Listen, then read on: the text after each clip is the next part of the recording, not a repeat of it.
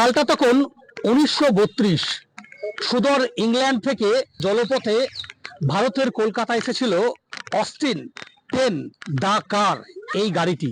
অর্থাৎ আজ থেকে প্রায় 93 বছর আগে এই গাড়িটি ইংল্যান্ড থেকে কলকাতায় এসে পৌঁছেছিল। অবশ্যই এই গাড়ির বর্তমান মালিক হচ্ছেন চন্দ্রপ্রকাশ বর্মা। তিনি কলকাতার রবি ঠাকুরের যে জন্ম ভিটে জোড়াসাঁকোর, তার ঠিক সেই অঞ্চলের বাসিন্দা। তিনি একজন ব্যবসাদার।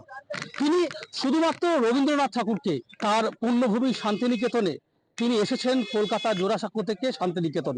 উদ্দেশ্য একটাই, এই গাড়ির যে গুরুত্ব সেই গুরুত্ব সাধারণ মানুষের কাছে পৌঁছে দিতে।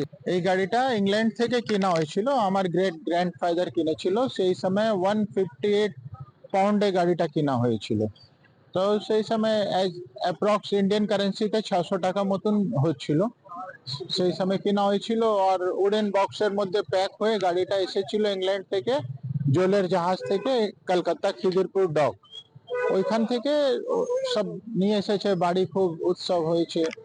তারপরে থেকে এই গাড়িটা আমাদের ফ্যামিলিতেই আছে, আর আমরাই মেনটেন করি। তো অনেক দিন থেকে আমার ইচ্ছা ছিল গাড়িটা নিয়ে একটা লং ট্যুর যাব, শান্তিনিকেতন আসবো। আমাদের বাড়ি, পুরনো বাড়ি জোড়াসাঁকোর কাছেই আছে, গুরুদেবের বাড়ির পাশেই আছে। তো এখানে গুরুদেবের বাড়ি আছে আর আমাদের বাড়ি আছে। তো একটা লং ড্রাইভও হয়ে গেল, একটা স্মৃতি হিসাবে আমরা গাড়িটার এই রান দিয়েছি, দ্য হেরিটেজ রান।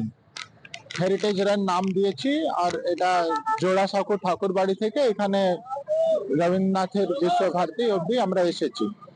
এই ওনাকেই ডেডিকেট করা হচ্ছে এই ট্যুরটা। আমার শহর বোলপুর থেকে ক্যামেরায় অনির্বাণের সাথে মনাবীর বংশী, কলকাতা টিভি।